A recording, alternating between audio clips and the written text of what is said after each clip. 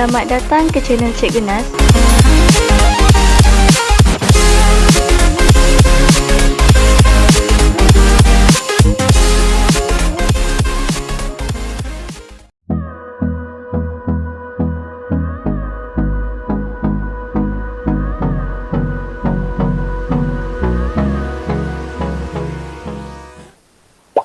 Okey, semua boleh nampak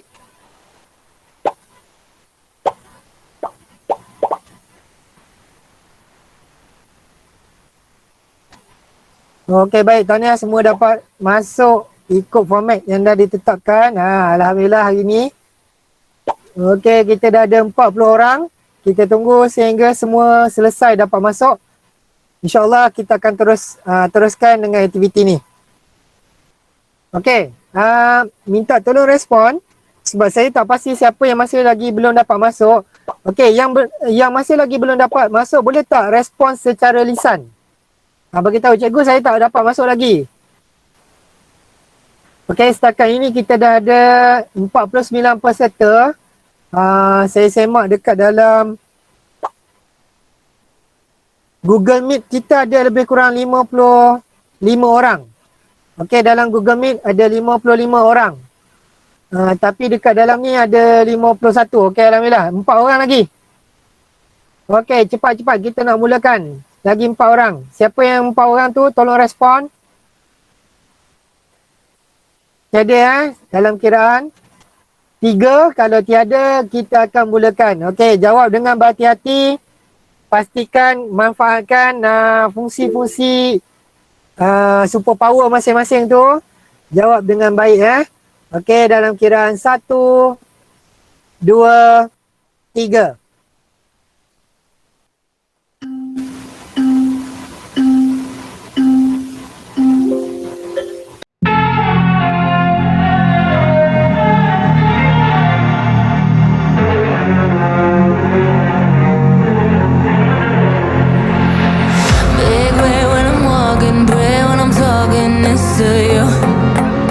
Fight for my attention, for your ascension, you must prove. Cause if you can find it, you don't confine it, you let it move. Make way for the genie, scream for the dream, may come true. Have you ever played with a queen? I can show you what I mean.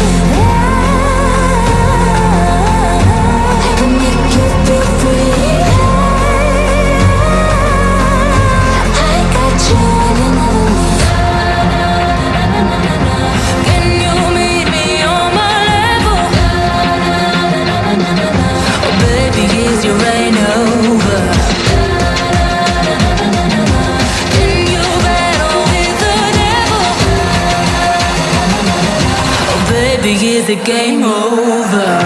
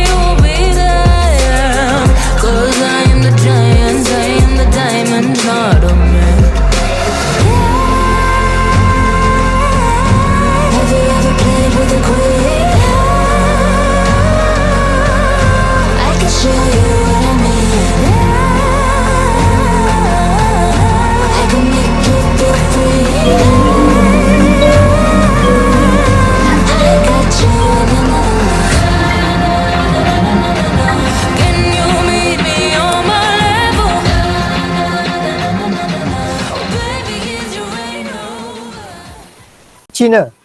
Sekejap. Okey, bermula di negara China. Yang mana dataran ini menganjur dari China menerusi beberapa buah negara. Okay, seperti mana yang saya dah terangkan pada awal sesi yang lalu. Okey, dataran ini menganjur dari negara China melalui beberapa buah negara sehinggalah tiba di sempadan negara kita iaitu negara Thailand dan terus menganjur ke kawasan selatan semenanjung Malaysia. Okey, bermula daripada kawasan di negeri Perlis, Kedah dan juga Kelantan itu. Okey, dataran itu menganjur sehinggalah ke negeri Sembilan. Okey, berakhir di negeri Sembilan, iaitu di Gemas. Okey, di kawasan Gemas, Tampin itu adalah merupakan banjaran terakhir. Okey, yang mana banjaran itu banjaran yang menganjur dari dataran tinggi yang bermula di Yunnan, China. Tu begitu jauh ya dia punya jarak. Okey, banjaran gunung di semenanjung Malaysia adalah merupakan gunung lipat tua yang stabil. Okey, dekat sini dia ada dua kategori. Okey, kita ada kategori gunung lipat muda dan juga gunung lipat tua. Apa beza kedua-dua gunung lipat ini? Okey, untuk makluman, gunung lipat tua merujuk kepada kawasan banjaran ataupun kawasan kerak bumi. Okay, yang mana dia telah pun mengambil masa beratus-ratus juta tahun. Yang mana plat bumi ini telah pun menjadi begitu stabil. Okey, maksud di sini kita analogikan dia seperti usia lah, usia kita merujuk kepada usia sebagai contoh. Orang tua, kena lipat, nak kaitkan dengan banjaran gunung lipat tua. Orang tua, dia sudah stabil. Bila dia dah stabil, dia tak ada lagi keperluan. Sebagai contoh, saya nak bandingkan dengan maksud lipat muda ni. Yang lipat muda, gunung lipat muda ni dia tak stabil. Maksud tak stabil ni seolah-olah kita andai macam ni lah. Gunung lipat tua, kita andaikan orang tua. Orang tua ni dia dah perlahan.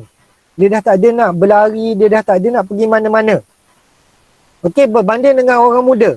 Orang muda sebagaimana kita tengok sekarang ni, tak duduk diam. Okey, kita tengok macam kanak-kanak lah. Okey, tak duduk diam. Berlari ke sana, ke sini, ke sana, sini. Okey, nak kaitkan dengan sifat banjaran itu tadi, yang mana banjaran gunung lipat muda pula, dia masih lagi tidak stabil. Yang mana di kawasan-kawasan gunung lipat muda yang tak stabil ini ada kebarangkalian akan berlakunya gegaran. Okey, akan berlakunya gegaran, gempa bumi. Okey, ataupun berlakunya pemesahan plat dekat bahagian hujung kerak bumi, berlaku kerak bumi yang terjunam. Okey, akan berlakulah gempa bumi di situ. Okey, saya nak cuba respon daripada awak semua. Siapa yang masih lagi ingat di manakah kawasan-kawasan yang anda dapat kenal pasti masih terdapatnya gunung lipat muda? Siapa nak respon?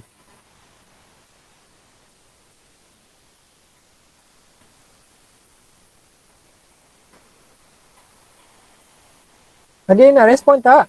Senyap je ni. Okey, saya nak cuba ingatkan balik. Yang mana sebagai contoh, kawasan gunung banjaran lipat muda ini juga terdapat di kawasan banjaran di sekitar Sabah dan Sarawak serta di sempadan dengan Kalimantan di Indonesia. Okey, pada satu ketika dahulu, pada lebih kurang tahun 2015 kalau tak silap saya, berlaku gegaran. Okey, berlaku gegaran kecil. Itu baru kecil berlaku gegaran kecil di kawasan Gunung Kinabalu. Okey, yang mana di sekitar kawasan Ranau di Sabah, dekat dengan Gunung Kinabalu tu, yang mana telah pun juga menyebabkan berlaku korban kepada malim gunung. Siapa tahu apa dia malim gunung? Siapa nak respon? Siapakah yang diistilahkan dengan malim gunung? Ada orang nak respon tak? Ya? Penjaga gunung itu. Penjaga gunung. Okey, lebih dikenali sebagai macam mana kita panggil dia macam bukan pendaki, dia ni sebagai tourist guide. Okey, sebagai tourist guide yang membawa pelancong-pelancong naik daripada kaki gunung ke Gunung Kinabalu. Okey, jadi ketika berlaku gegaran itu menyebabkan beberapa individu, termasuklah ada beberapa maling gunung tu, saya tak ingat berapa jumlah individu tu, tapi menyebabkan korban kematian kepada mereka. Saya tak berapa pasti adakah disebabkan oleh mereka terjatuh daripada gunung ataupun mungkin tergolek kot. Wallahualam, saya tak ingat cerita tu. Tapi itu hanya baru berlaku gegaran kecil di sebahagian kawasan di Malaysia.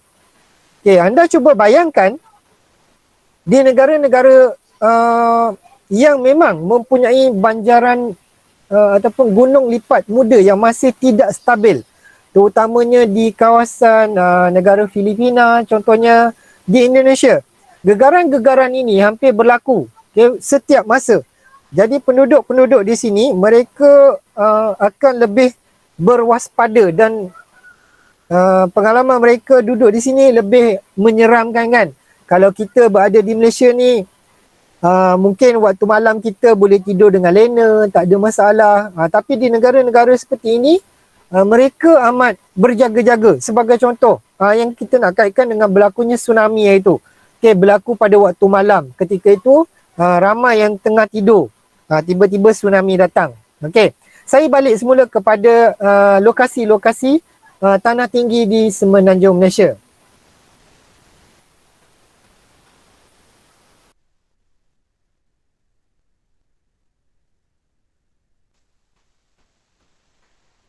Okey, banjaran yang paling panjang dikenali sebagai banjaran Titiwangsa, yang mana merupakan tulang belakang kepada Semenanjung Malaysia. Okey, saya nak jelaskan di sini supaya saya tak nak nanti berlaku kekeliruan.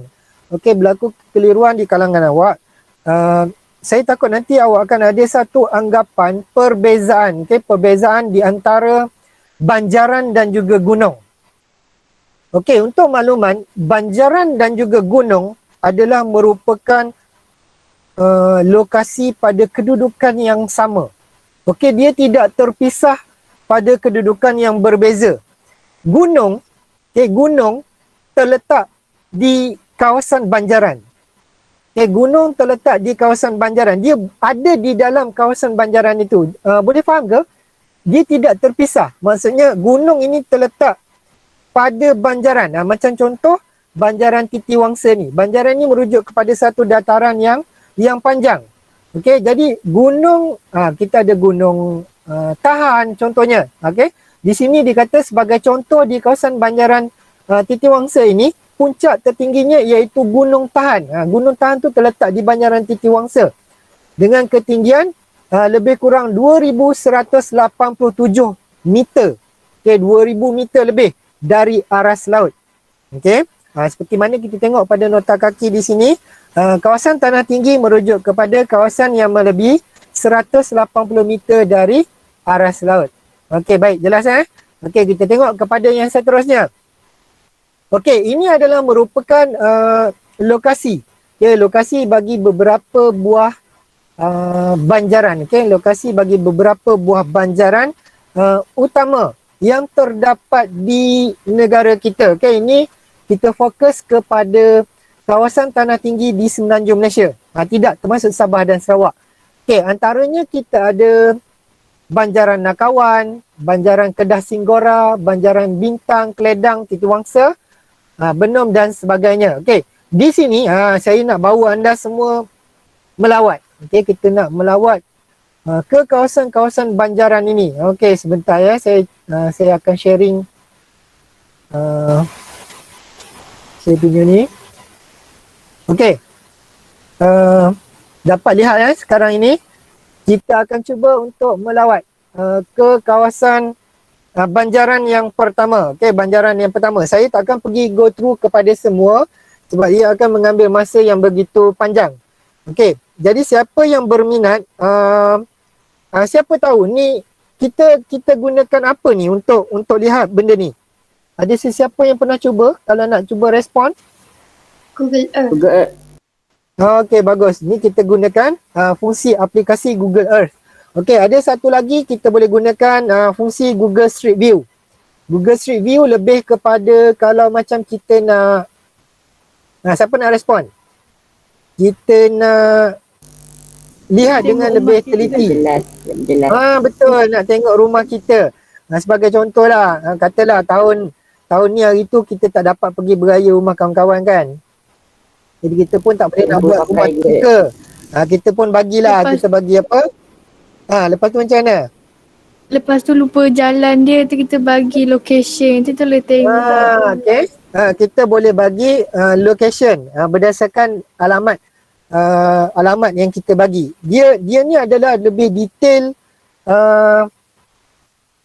berbanding dengan Google Earth dan juga fungsi ekstra tambahan kepada seperti mana yang kita banyak gunakan aplikasi GPS yang kita gunakan Waze, kita gunakan Google Maps.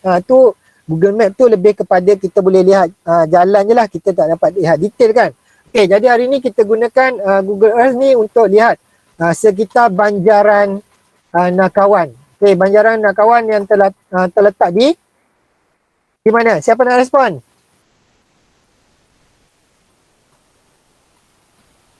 Tak ada siapa yang tahu. Rujuk buku teks. Okey, Banjaran Nakawan terletak di sempadan dengan negara Thailand dan juga Malaysia, iaitu di negeri Perlis. Okey, baik. Ini adalah merupakan lokasi bagi banjaran lokasi bagi Banjaran Nakawan. Ni kalau siapa yang pernah guna, okey, di sebelah kiri saya ni, sebelah kiri Google Earth ni kita ada layer ni awak boleh klik. Okey, di sini awak boleh tengok fungsi-fungsi dia. Sebenarnya dia fungsi untuk terrain. Okey, untuk terrain ya. Okay, awak boleh lihat sebenarnya dia kalau kita tak gunakan Google Earth ni dalam bentuk image satelit, dia akan keluar dalam bentuk kontur. Okey, jadi kita boleh lihat kedudukan garis-garis pada permukaan bumi tu. Itulah di mana kita boleh tentukan. Okey, di sini menunjukkan sebagai contoh kawasan yang saya bulatkan ni, inilah kawasan Banjaran Nakawan. Dan saya nak kaitkan balik dengan tajuk ini juga, okay? Ciri-ciri bentuk muka bumi tanah tinggi, yang mana kebanyakannya, kita tengok keistimewaan kawasan tanah tinggi, kebanyakannya empangan, okay? Kebanyakan empangan dibina di kawasan tanah tinggi. Ini sebagai contoh dalam ni, kita ada empangan Timah Tasoh. Okay? Empangan ini terletak di kawasan berhampiran dengan Banjaran Nakawan. Kenapa banjaran ini dibina di kawasan tanah tinggi? Sebab di kawasan tanah tinggi inilah kita dapat empang jumlah air yang begitu banyak. Dan di kawasan banjaran-banjaran kita sedia maklum mengalirnya apa? Siapa nak respon? Mengalirnya apa? Mengalirnya sungai-sungai yang beraliran deras. Jadi fungsinya dia membantu kita untuk ada orang yang angkat tangan ya. Sorry, saya tak buka tadi. Ya, kenapa? Ada soalan, silakan. Kalau ada nak tanya, teruskan je. Saya tak ada masalah. Ataupun ada yang tertekan ni? Kalau ada yang tertekan, tolong maklumkan. Kalau ada soalan, boleh terus bertanya. Tertekan kot cikgu. Tertekan. Okey, kita tak apalah. Okey, kita lihat pula kepada Banjaran Titiwangsa. Siapa pernah guna Google Earth ni untuk cari lokasi? Cuba kongsi sikit sesiapa yang pernah guna. Saya nak tahu sikit maklum balas daripada pelajar-pelajar saya. Kalau ada yang ada Saya tengah pakai tak. Guna untuk apa tu? Nak cari tu bayaran. Nak cari? Yang bayaran cikgu tu. Banjaran. Oh, maknanya awak pun tengah guna Okey, baik-baik. Okey, tahniah. Okey, kita lihat yang ini pula. Inilah merupakan kenapa gambaran dekat dalam peta ni dia jadi besar. Okey. Sebab ni awak rujuk ni boleh nampak dekat cursor yang saya tunjuk tangan ni. Inilah merupakan Banjaran Titiwangsa. Okey.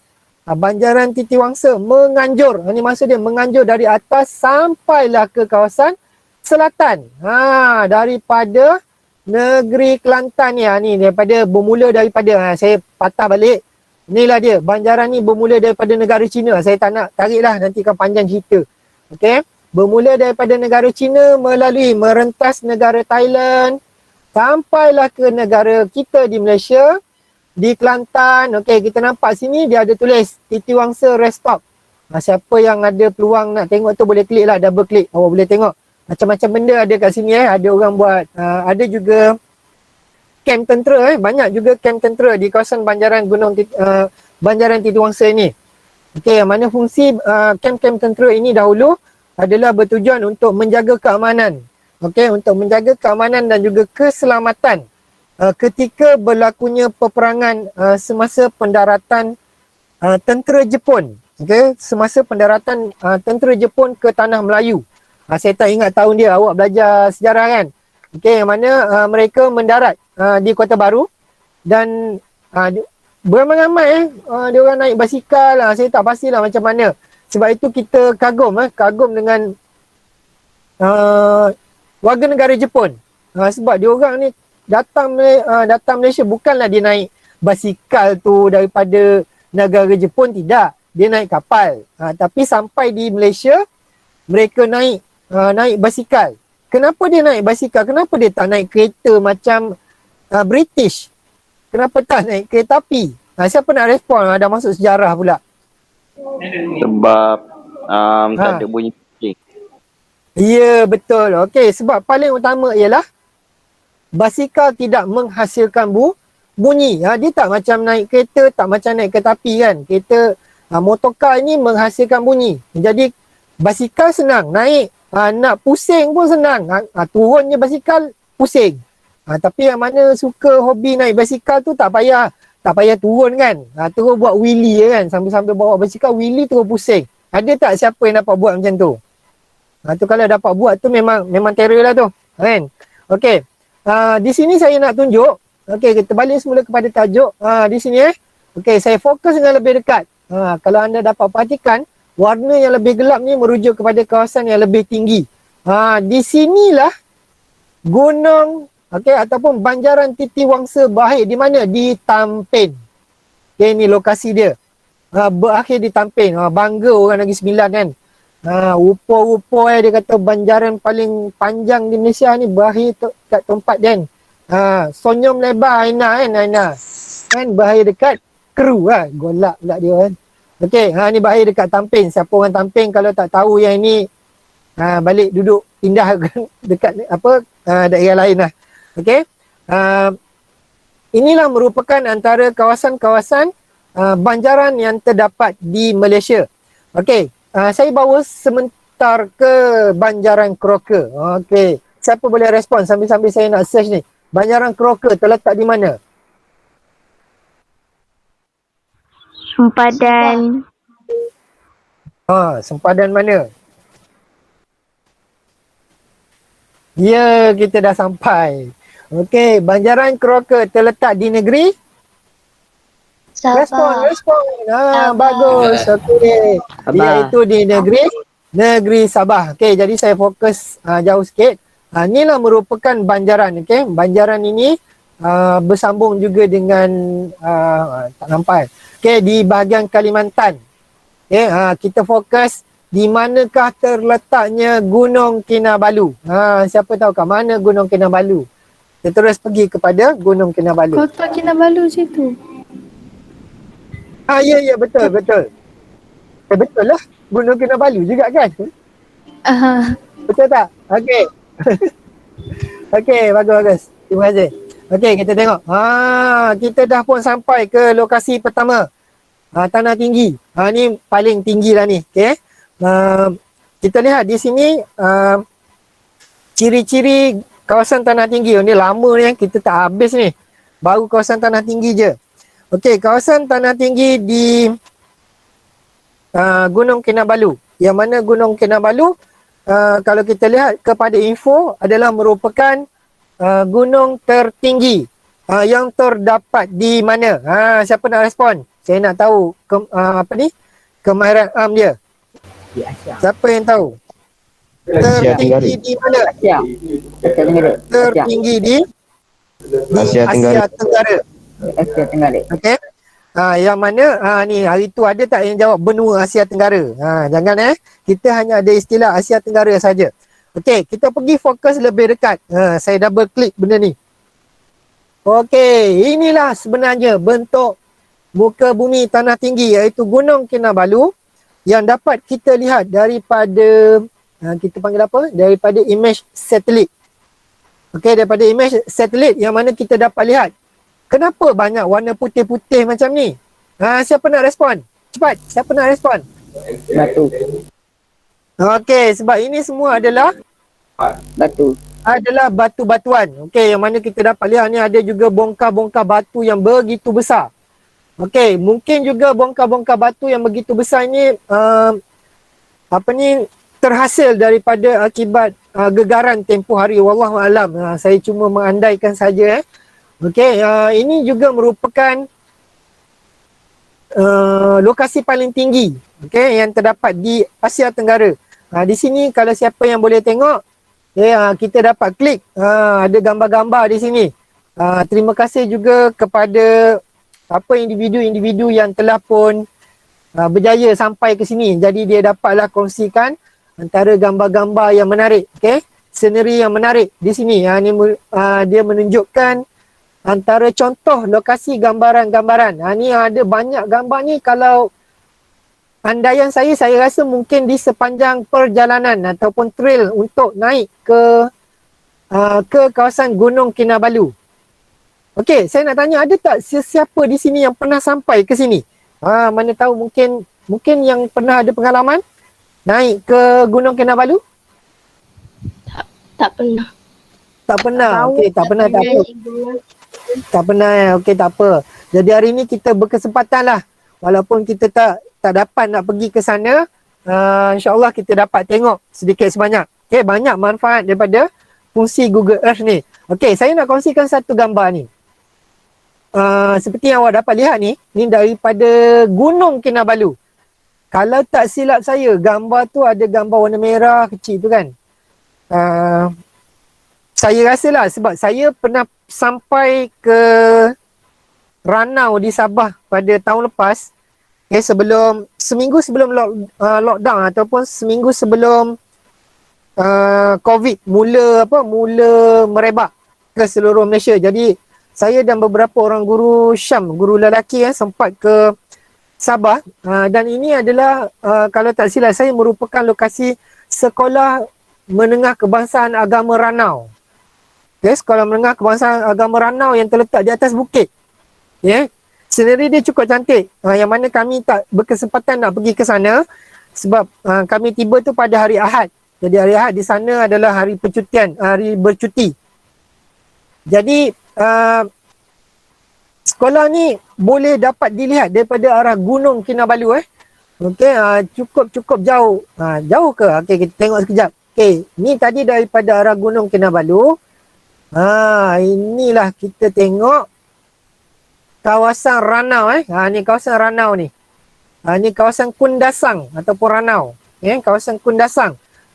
Siapa boleh bagi tahu saya kenapa ada perbezaan bentuk muka bumi di kawasan saya pergi jauh sikit. Okey, di kawasan utara peta berbanding dengan di kawasan tengah peta ni. Siapa boleh terangkan pada saya? Silakan. Cuba respon. Komunikasi. Saya nak komunikasi dengan anda semua. Siapa boleh nyatakan kenapa ada perbezaan pandang darat fizikal yang berlaku pada peta ni? Kenapa di utara warnanya berbeza berbanding dengan di tengah peta ni? Siapa nak respon?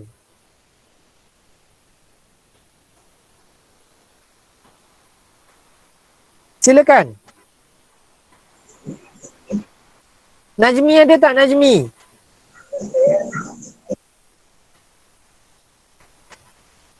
Siapa-siapa nak cuba respon silakan. Kita belajar hari ni tak ada masalah. Kalau silap tak apa. Kawasan perumahan. Kawasan perumahan. Okey, cuba yang baik. Lagi?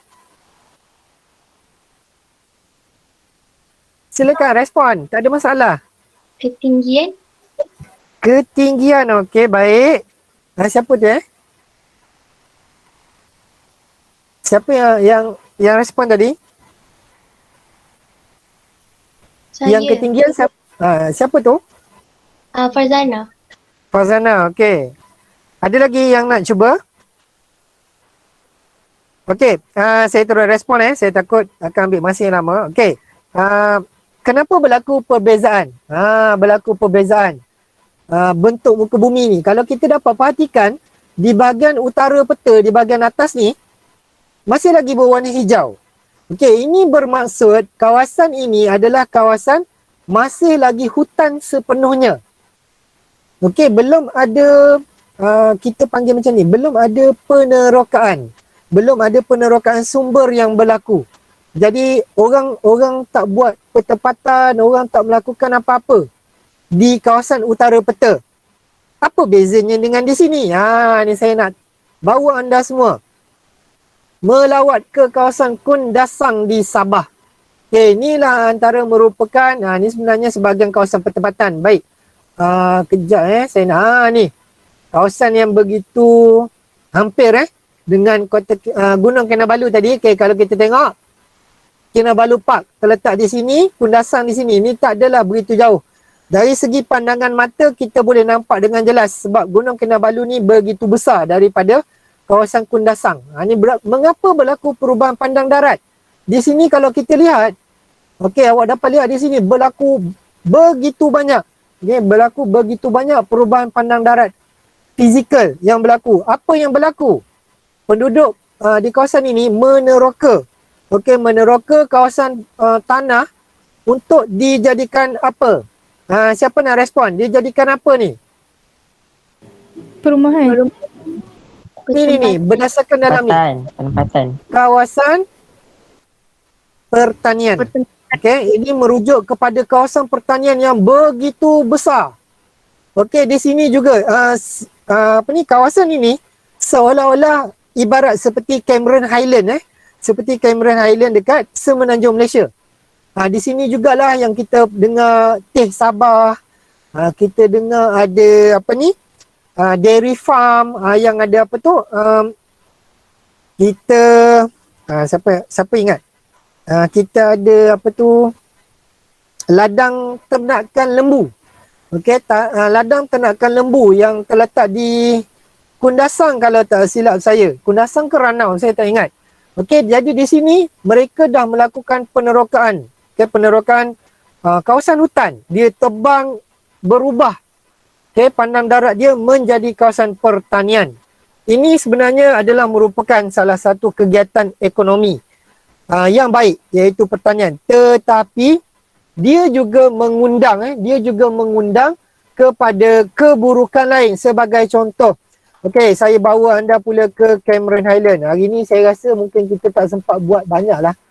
Kita rujuk kepada Tanah Tinggi dan Tanah Pamah dahulu setakat yang sempat. Cameron Highland. Okey. Kita terbang sekejap ke Cameron Highland. Yang sini saya rasa mungkin tak jadi masalah kot sebab ramai yang dah pernah sampai kan. Okey, jadi kita lihat sekejap bagaimana nak tengok perbezaan yang berlaku. Okey, perbezaan berlaku. Kawasan sekitar di Cameron Highland ni masih lagi berwarna hijau. Tapi ini kawasan di Cameron Highland ni telah pun banyak sekali tanah-tanah diteroka. Okey, kalau kita perhatikan di sini, saya nak rujuk di sini. Kalau awak lihat di satu sudut Cameron Highland ni, di lokasi Cameron Highland, kawasan ini adalah merupakan kawasan pertempatan. Dia tak ada kawasan pertanian. Tapi aktiviti pertanian, saya cuba bawa. Okey, kita dapat lihat berlaku di sini.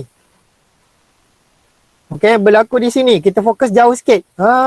Fokus jauh sikit. Supaya kita dapat lihat begitu besar dan luasnya kawasan-kawasan ini telah pun diteroka. Yang mana kita mungkin tak pernah tahu pun selama ini jumlah kawasan penerokan yang telah pun dilaksanakan ini adalah begitu besar. Okey, hampir lebih kurang kalau kita tengok tadi ada saiz Gunung Kinabalu kot. Kita tengok macam ni. Apa yang berlaku apabila mereka melakukan aktiviti pertanian? Kita dapat lihat di sini. Okay, sebagai contoh. Siapa tahu apa bendanya ni? Siapa nak respon apa benda ni? Mungkin yang pernah pergi sampai ke Berincang, yang pernah sampai melalui lodging, pergi ke Kemerana, mereka dapat lihat benda ni. Apa dia? Ladang strawberry. Ladang strawberry, ladang-ladang sayur-sayuran, macam-macam lah, bunga-bungaan dan sebagainya. Apa yang saya boleh terangkan di sini, awak cuba perhatikan. Apa yang berlaku? Siapa nak respon? Apa yang berlaku sebenarnya? Hutan berpuak. Apa dia? Hutan berpuak. Okey, saya jelaskan di sini.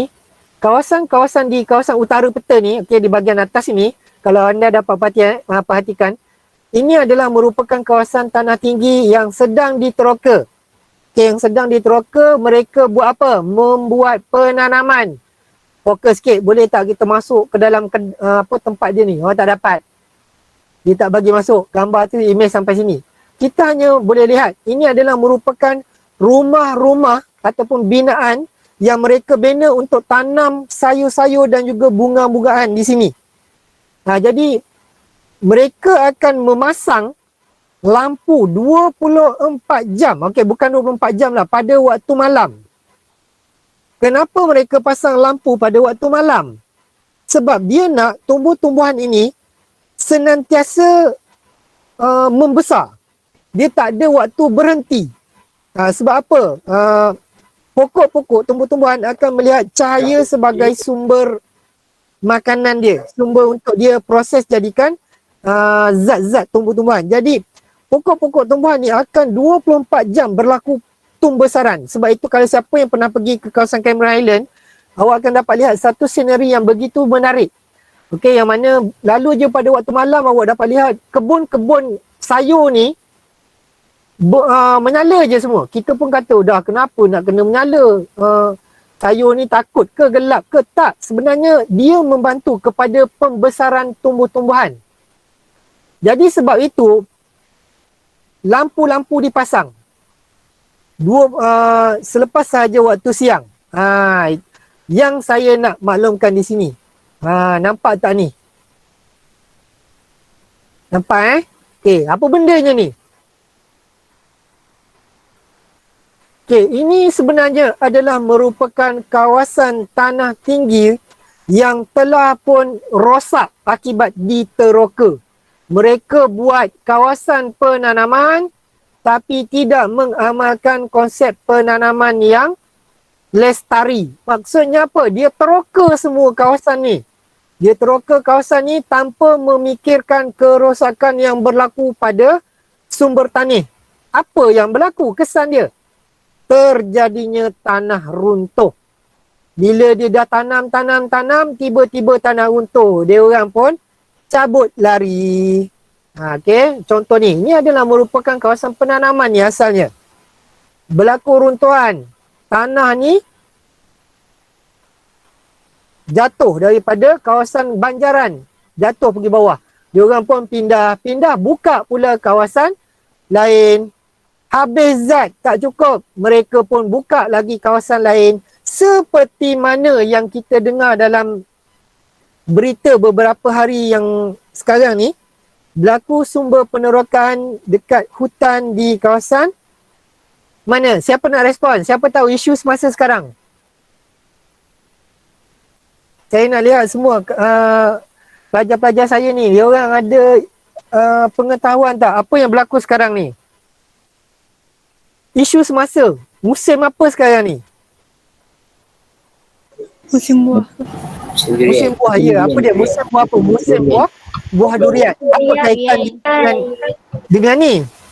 Okey, berlaku penerokaan tanah di kawasan negeri Pahang. Kawasan yang berhektar-hektar luasnya. Awak cuba bayangkan hutan macam ni diteroka. Benda ni dah berlaku puluhan tahun. Okey, mereka teroka kawasan-kawasan hutan ini dia tanam pokok Durian. musang pokok durian. Awak cuba bayangkan siapa yang benarkan mereka buat secara haram selama puluhan tahun. Yang dia kurang ajar dengan polis ko. Ya? Yang dia kurang ajar dengan polis tu Ya betul. Yang dia orang kurang ajar dengan polis tu, betul lah tu. Kenapa benda tu berlaku? Sebab benda itu berlaku di kawasan tengah-tengah hutan. Tak ada siapa yang tahu. Hanya mereka yang mengusahakan benda itu saja yang tahu. Jadi kita sebagai orang biasa, macam kita lah. Kalau tiada pendedahan seperti contoh video yang macam tu, kita takkan tahu. Betul tak? Adanya pokok, ladang durian, musang king yang begitu besar. Kalau siapa tahu, harga durian king, musang king ni, Mampu sekilonya mencecar berapa? Mencecah 50 berapa? Itu di Malaysia kan? Dieksport ke luar negara, harga dia hampir ratusan ringgit. Dan ada, kalau tak silap saya, pernah mencecah buah durian sehingga belasan ribu ringgit untuk sebiji. Jadi awak cuba bayangkan mereka tanam ini secara haram. Dijual. Kita tak payah kisahlah, oh cikgu tu duit haram. Sebab mungkin mereka Cina. Jadi tak ada masalah benda tu. Tapi apa yang berlaku sebenarnya? Mereka dapat duit keuntungan yang begitu besar dengan begitu senang. Sebab apa? Tanah tu tanah siapa? tanah kerajaan. Tanah kerajaan. Mereka usahakan benda tu secara diam-diam kan. Awak cuba bayangkan. Macam contohlah. Okay, saya view jauh daripada gambar ni. Awak cuba bayangkan lah. Kalau dia peteroka kat kawasan ni, agak-agak ada orang tahu tak? Tak ada siapa yang tahu. Sebab apa? Dekat tengah-tengah hutan. Tapi apabila ada segelintir individu yang berusaha untuk untuk cuba nak buka, nak cuba nak buka apa yang berlaku, penerokan sumber yang berlaku tu, itulah dia punya jawapan. Kita berterima kasih kepada orang-orang yang macam ni. Orang-orang yang macam ni, sebab kerana mereka kita dapat tahu benda-benda yang berlaku di luar daripada pengetahuan kita. Rupa-rupanya yang kita lihat macam mana setengah kaum tu yang mereka begitu kaya. Kita hairan macam mana begitu kaya. Rupa-rupanya dengan cara begini. Dapat duit hasil daripada tanaman secara haram macam ni. Kita pun kata, kalau macam tu kita pun nak tanam kan. Tapi kita tak boleh lah macam tu. Kita umat Islam kan. Okay. Ada soalan tak setakat ini untuk kawasan tanah tinggi? Saya rasa dah dekat sejam dah saya cerita pasal tanah tinggi ya ni. Ada soalan tak nak tanya? Tak ada. Tak ada. Tak ada. Okay, kalau tak ada, macam mana ini kalau saya teruskan ni mau 2 hari 2 malam tak habis ni. Okey, saya stop sekejap. Google Earth ni, kita kembali kepada tajuk pembelajaran. Kita berdasarkan nota ni. Okey. Ini adalah merupakan salah satu contoh pemandangan. Okey, pemandangan di kawasan tanah tinggi, iaitu di kawasan Banjaran Titiwangsa. Siapa yang pernah lalu melalui laluan Lebuh Raya Timur Barat, okey, awak boleh nampaklah scenery ni. Cukup menarik. Okey, sebab ada waktu ketikanya awak boleh melalui kawasan Lebuh Raya tu seperti lalu dalam kawasan Alam Bunian. Kenapa? Kawasan macam lalu kawasan mistik. Sebab apabila awak lalu dekat laluan jalan raya tu, kita seolah-olah masuk ke kawasan mistik tu. Maksud saya macam ni, kita melalui kawasan yang berkabus. Kawasan Bunian, betul. Okay, kita melalui kawasan yang berkabus. Sampai kan tak nampak jalan tu kan. Saya pun pernah lalu bila keadaan macam tu, berdiri juga kan bulu roma. Tiba-tiba teringat cerita-cerita mistik kan. Kata sekarang tiba-tiba aku bawa kereta ni sekarang, tiba-tiba je tembus-tembus dah duduk kat alam lain pula kan. Tu satu situasi yang menakutkan jugalah. Sebab kita bukan apa yang menakutkan tu, yang sebenarnya kita tak nampak jalan raya, kita tak nampak laluan. Jadi kita terpaksa memperlahankan kenderaan. Okey. Kita lihat di sini, ni merupakan pemandangan di kawasan Banjaran Tahan. Cukup menarik. Yang mana kita boleh nampak pembentukan kabus di situ. Okey, saya nak tanya, ada ke yang kata, cikgu betul ke awan boleh mencecah permukaan bumi? Siapa nak respon? Dia kata pernah Tak. juga. Tak pernah awan mencecah permukaan bumi. Ya. Kalau kita tengok dekat kawasan Gunung Kinabalu tu, kita dan beberapa lokasi di dunia lah, kita boleh lihat scenery seolah-olah kita berada di atas awan. Sebab awan tu lebih rendah daripada lokasi tu. Jadi kita seolah-olah macam kita berada di kayangan. Sebab itu kalau kita tahu kenapa negeri Sabah itu dipanggil negeri di bawah bayu. Okay, Perlis Indera Kayangan. Dia seolah-olah bila duduk kawasan tanah tinggi tu, kita macam berada di kayangan. Boleh boleh. Saya tak ingat lokasi dia. Nanti insyaAllah kalau ingat saya kongsikan. Okay. Kita tengok lokasi yang seterusnya. Allah. Alamak, tekan pula. Silap tekan kejap Siapa ingat muka surat berapa tadi? Kita sampai sini kan. Okey. Ini pula banjaran Crocker. Banjaran Crocker. Okey, kalau siapa dapat lihat apa tu? Okey. Gambaran di belakang ni, ni siapa tahu ni apa benda ni? Gambar yang sayup di belakang tu. Tu apa bendanya tu? Siapa nak respon? Itu lokasi apa tu? Banjaran. Kinabalu. Banjaran Banjaran Crocker ataupun Gunung Kinabalu. Inilah terletaknya Gunung Kinabalu ni. Terletak pada banjaran. Ini merujuk kepada satu dataran yang cukup panjang. Inilah yang dimasukkan dengan banjaran. Okey, kita lihat yang seterusnya. Ni banjaran Terus Madi. Tengok rujuk pada buku teks. Di manakah terletaknya banjaran Terus Madi? Okey, kita lihat. Allah Rabbi, tertekan lagi. Ni dah kena skip lagi kan? Buang masa betul lah.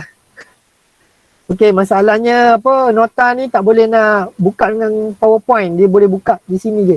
Okey, jadi ni adalah merupakan sebahagian kawasan tanah tinggi yang terletak di pedalaman Sabah dan Sarawak. InsyaAllah rasanya hari ni mungkin sempat untuk kawasan tanah tinggi sajalah sebab banyak benda yang saya ceritakan ni. Okey, nanti insyaAllah saya cuba share lah nota ni. Okey, boleh tekan guna keyboard lah, lagi selamat. Okey, ni adalah merupakan sebahagian kawasan tanah tinggi yang terdapat di negeri Sabah dan juga Sarawak. Okey, di negeri Sabah dan juga Sarawak terdapat ada 3 gunung utama. Okey, kita ada Gunung Kinabalu pada ketinggian 4095. Kemudian diikuti oleh Gunung Mulu yang terletak di Sarawak. Gunung Mulu terletak di Sarawak. G3, betul lah. Okey, dan juga Gunung Terus Madi terletak di Sabah. Okey, di bahagian utara negeri Sabah.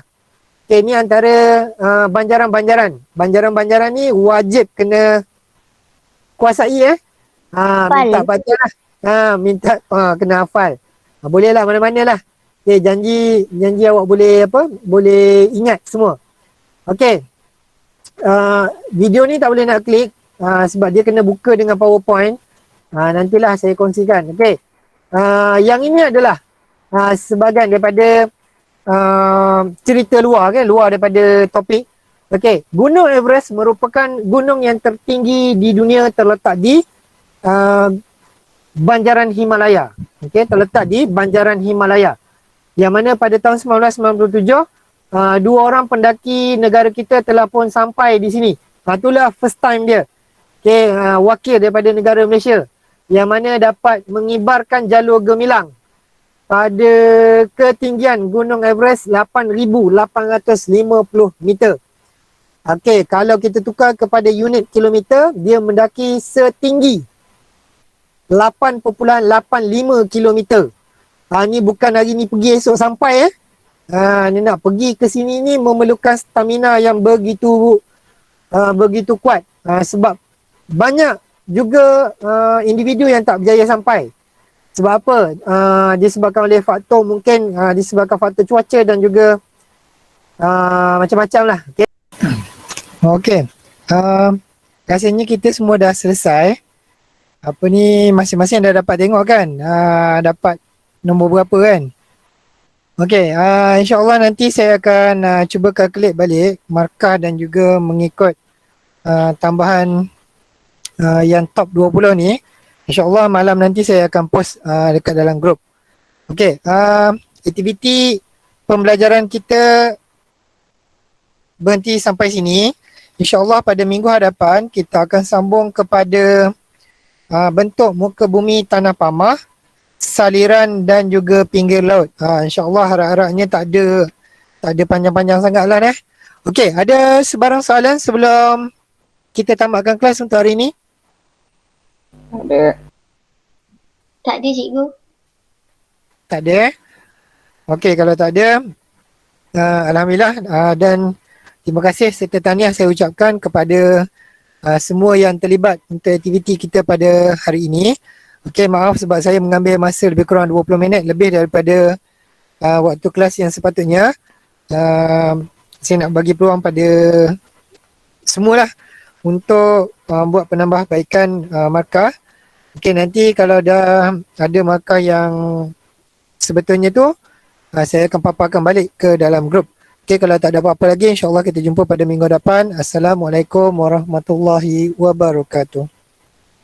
Waalaikumsalam cikgu. Terima kasih. Waalaikumsalam. Terima kasih cikgu. Terima kasih, cikgu. Terima kasih cikgu. Terima kasih cikgu. Terima kasih cikgu. Okey. Sebelum terlupa. Okey, dekat bahagian tajuk, tuliskan tajuk bab 6. Di bahagian objektif, tulis situ kita mempelajari bentuk muka bumi tanah tinggi. Itu saja. Okey, bentuk muka bumi tanah tinggi. Jelas ya? Okey. Ya, betul. Objektif pembelajaran bentuk muka bumi tanah tinggi. Okey, terima kasih. Terima kasih, cikgu. Ya, sama-sama. Terima kasih cikgu. Sama-sama. Ya, sama.